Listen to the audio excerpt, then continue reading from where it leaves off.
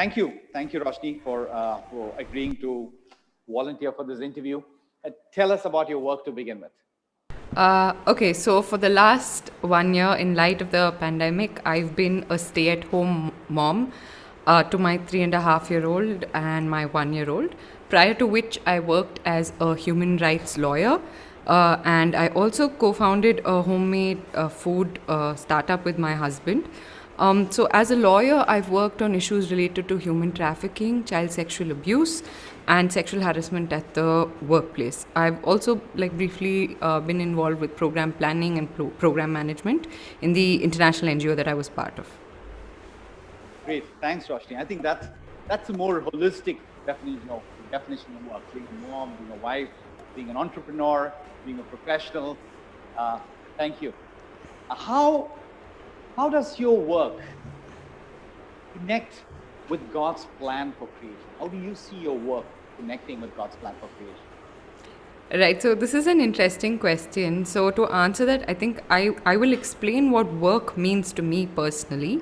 So, recently I read about a mother who had given up her career and her profession to stay at home and look after her sons. And she raised these three boys who've gone on to be very professionally successful, very accomplished. And I feel that even being a homemaker or a stay at home mom is a form of work. It has value. So for me, whether it's at home or in the marketplace through my legal profession, I hope that whatever I've done in the past, what I'm doing at present, and what I hope to accomplish in the future will bring restoration of dignity and value to men, women, and children. And I think one of the reasons I chose to become a human rights lawyer is I felt that it was in line with fighting for justice for the oppressed and downtrodden, which is what I have always associated God's heart for his ultimate redemption plan for mankind. So, my core belief is that whether I'm working as a lawyer or whether I'm working at home, washing the dishes or helping my children or a husband with their food, I feel like I'm called to live out God's will 100 different ways in my daily life. Thank you, Roshni. I think that's really helpful and so important for us to recognize. We all tend to view work from an economic perspective. Any job that pays more is considered more valuable. So in our eyes, we all think, for example, that a lawyer is more valuable than a gardener. But that's not how God sees us. God values work not based on economic worth of it. The value of all work is equal and same before God. There is no hierarchy. Thank you, Rosh. As you reflect on your own work, how does your work, how do you, through your work, see your own brokenness and the brokenness of those around you? I think the pandemic has exposed a lot of my brokenness as a wife and a parent. And I think some of the toughest fights that I've had have been with my husband and my older daughter in the last 1 year. I think my insecurities, my impatience, my controlling nature, and my selfish ambition have just come out in the open and been so blatantly obvious to me.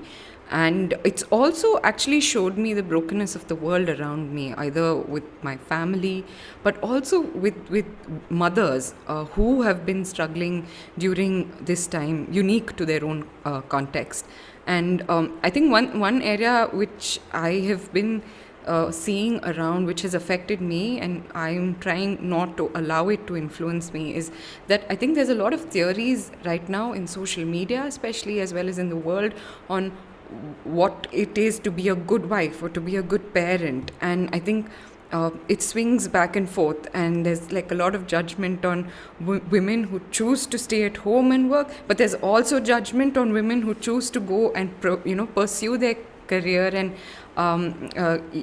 even when they have a family. So I'm seeing that there's a pattern both with women being judged as wives, women being judged as mothers, and in how they go about doing that work, like, are you washing the dishes in the morning, or is your husband helping you, is he making coffee for you? And I feel that there's so much of what the ideal thing is, that it does affect me sometimes. And I'm seeing the brokenness in the way the world views what the role of a wife or the role of a mother is. And even as a lawyer, and I've seen this in the last year in my personal practice and in the way I've been working, as I've seen the brokenness of institutions in the way they handle disputes, especially in matters related to women and children.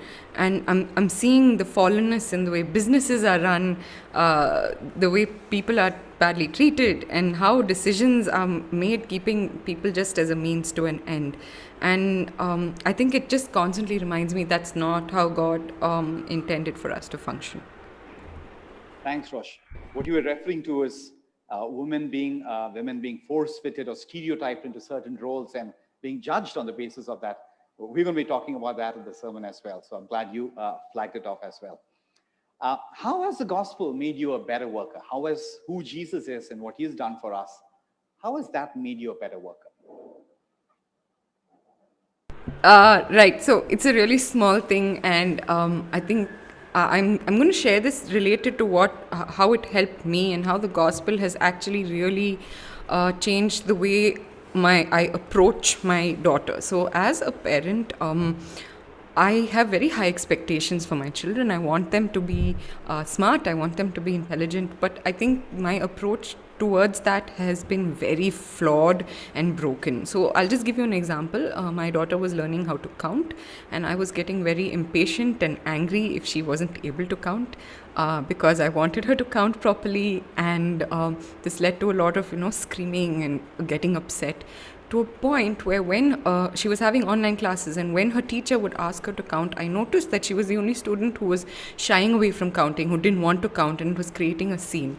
And I think this is around the time, for me, I began to see God as a parent who's not demanding and commanding, and I've fallen short way more than my daughter falls short of my standards. And I don't see him coming and shouting at me. If anything, I think the story of Adam and Eve made me see that God always shows up curious, asking questions. And I think I heard this during a seminar or somewhere, and that just hit me, that his compassionate way and approach, he does discipline, he does correct, but the approach in which he handles it is so different. And I think in the prism of the gospel, it made me see myself. I need to stop trying to be a god over my child, and I need to back off and be more compassionate.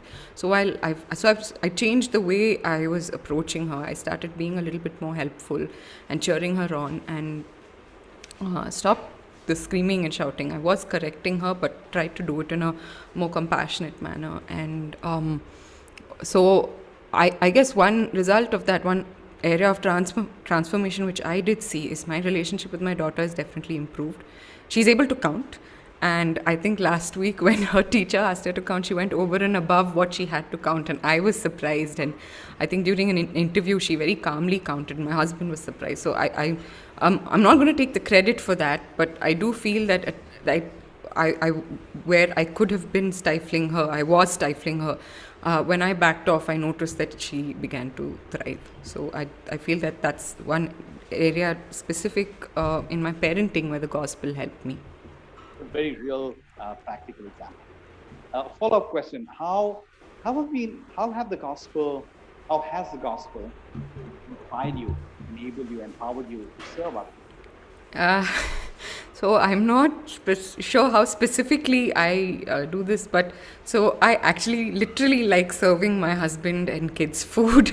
So I think whether it's, so anyone who enters this house, whether it's the cleaning maid, whether it's the cook, whether it's guests, it's our neighbors, I just want them to be well fed, and I want.